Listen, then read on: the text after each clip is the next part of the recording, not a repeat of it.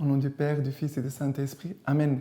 Grande joie d'être là avec vous pour ce temps de Lex Divina en ce mardi 12 octobre. Et aujourd'hui, nous célébrons aussi le bienheureux Carlo Acucci, un jeune de 15 ans qui a été béatifié il n'y a pas longtemps. Et c'est un jeune qui évangélisait beaucoup à travers les réseaux sociaux, l'Internet, et qui évangélisait pour annoncer et faire connaître les miracles eucharistiques partout dans le monde. Voilà, tous les miracles eucharistiques, il aimait beaucoup connaître les miracles eucharistiques, il aimait beaucoup Jésus, et il était vraiment un garçon qui aimait évangéliser, faire connaître Jésus, et il est mort en offrant sa vie pour le pape Benoît XVI. À l'époque, c'était le pape Benoît XVI qui était notre pape. Et il est devenu bienheureux. Nous pouvons aussi demander aujourd'hui son intercession. Et la première lecture d'aujourd'hui, c'est l'Épître aux Romains, chapitre 1er, à partir du verset 16. Nous dit ceci: « Car je ne rougis pas de l'Évangile. Il est force de Dieu pour le salut de tout croyant, de juif d'abord, puis du grec. Car en lui la justice de Dieu se révèle de la foi à la foi. Comme il est écrit, le juste vivra de la foi. En effet, la colère de Dieu se révèle du haut du ciel contre toute impiété et toute injustice des hommes qui tiennent la vérité captive dans l'injustice, car ce qu'on peut connaître de Dieu est pour eux manifeste. Dieu, en effet, le leur a manifesté ce qu'il a d'invisible depuis la création du monde, le laisse voir à l'intelligence à travers ses œuvres, son éternelle puissance et sa divinité, en sorte qu'ils sont inexcusables, puisque, ayant connu Dieu, ils ne lui ont pas rendu comme à un Dieu gloire ou action de grâce, mais ils ont perdu le sens dans leur raisonnement et leur cœur inintelligent s'est enténébré. Dans leur prétention à la sagesse, ils sont devenus fous et ils ont changé la gloire de Dieu incorruptible contre une représentation simple image des hommes, corruptible d'oiseaux, des quadrupèdes, des reptiles. Aussi Dieu les a-t-il livrés selon les convoitises de leur cœur à une impureté où ils avilissent eux-mêmes leur propre corps. Eux qui ont échangé la vérité de Dieu contre le mensonge, adoré et servi la créature, de préférence au Créateur, qui est béni éternellement. Amen. Voilà ce passage du livre d'Épître aux Romains. Elle est très actuelle. Qu'est-ce qui se passe aujourd'hui dans notre monde? Les hommes, il dit,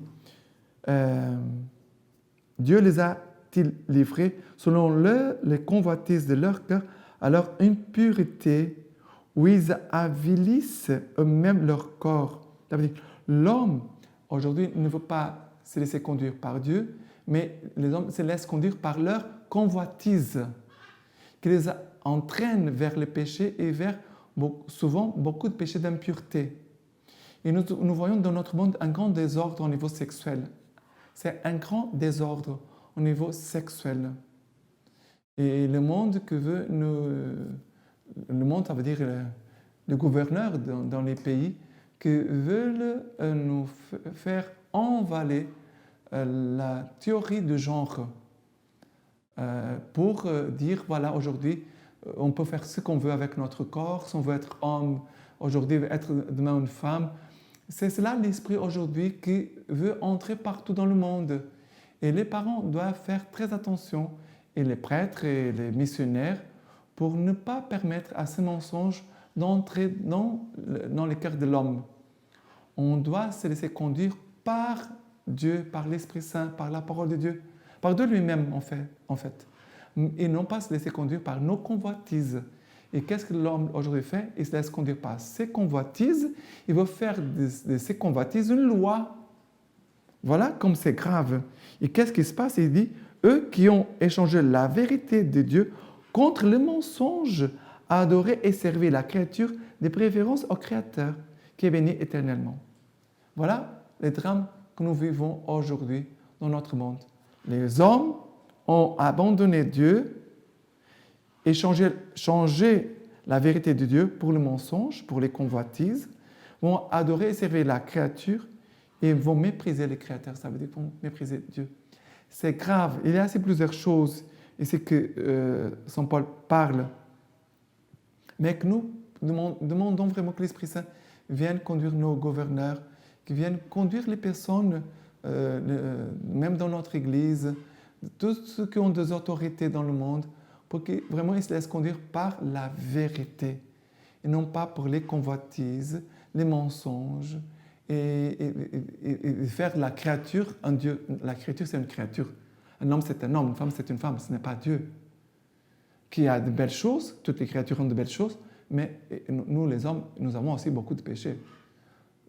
Aucun homme peut se nommer Dieu. Et aujourd'hui, les hommes veulent être à la place de Dieu, de pouvoir tout gouverner, tout décider comme s'ils étaient Dieu. C'est triste de voir comme notre monde vit aujourd'hui.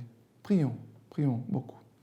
Maintenant, le psaume, c'est le psaume 19, à partir du verset 2. Les cieux racontent la gloire de Dieu et l'œuvre de ses mains, les firmaments l'annoncent. Le jour au jour, on publie les récits et la nuit à la nuit transmet la connaissance.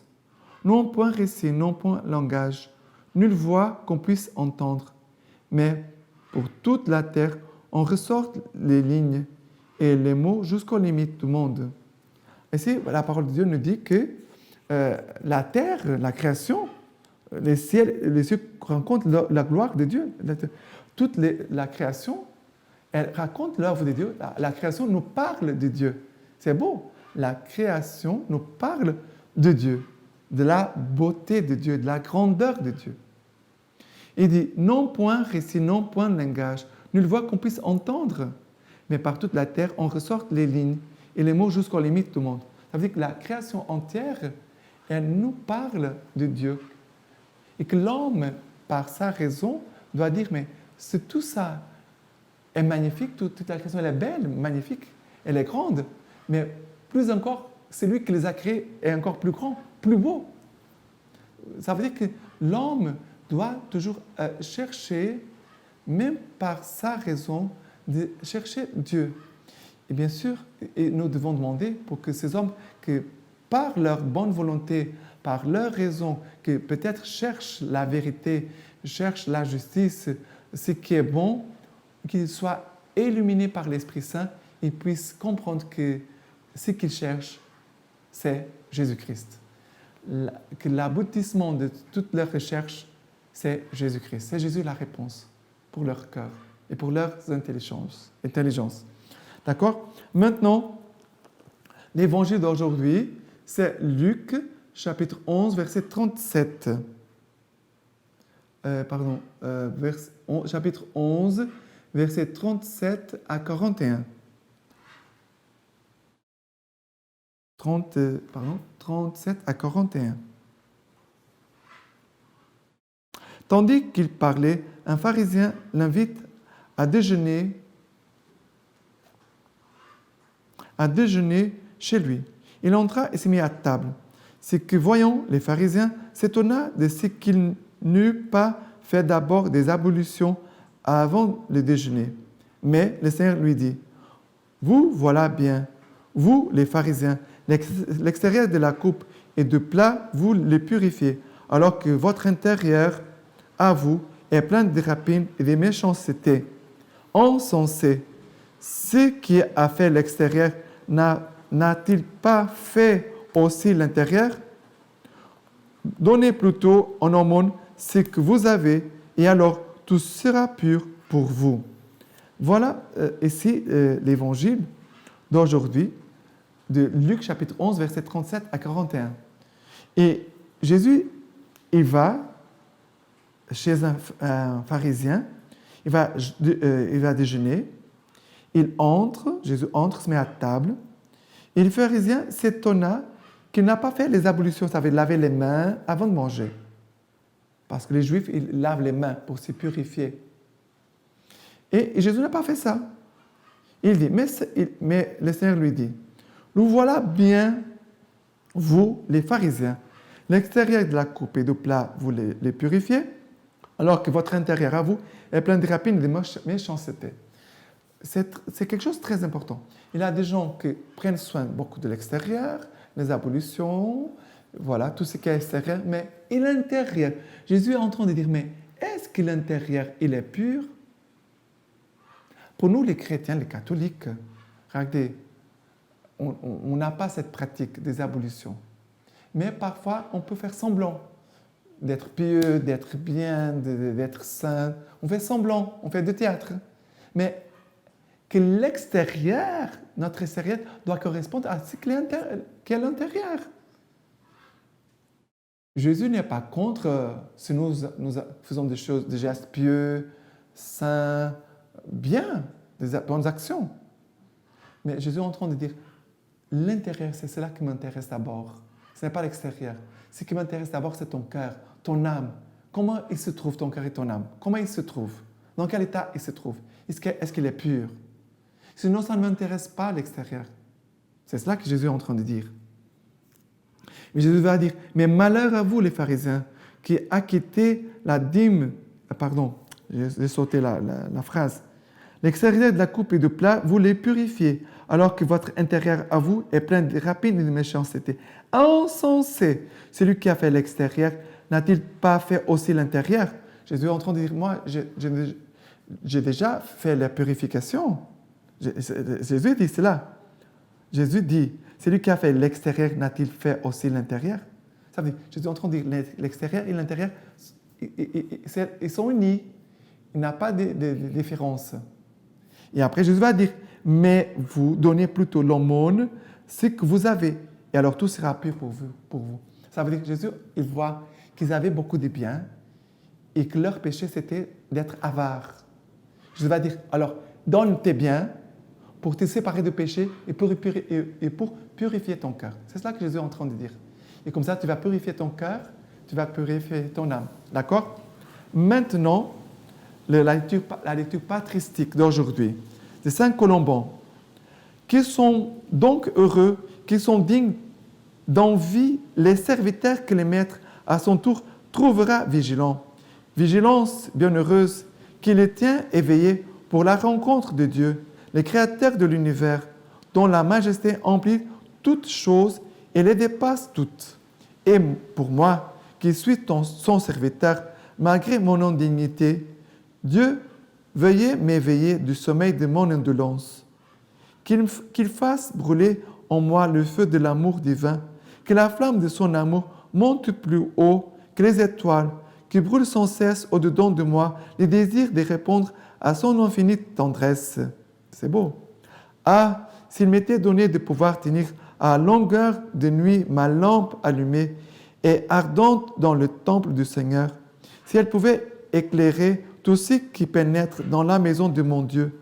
Seigneur, accorde-moi cet amour qui se garde de tout relâchement, que je le sache tenir toujours ma lampe, sache tenir toujours ma lampe allumée, sans jamais la laisser s'éteindre. Qu'en moi, elle soit feu et lumière pour mon prochain. Ô Christ, daigne allumer toi-même nos lampes, toi-même, toi notre Sauveur, plein de douceur, fais-le brûler sans fin dans ta tendre demeure, fais-le brûler sans fin dans ta demeure et recevoir de toi lumière éternelle, une lumière indéfectible.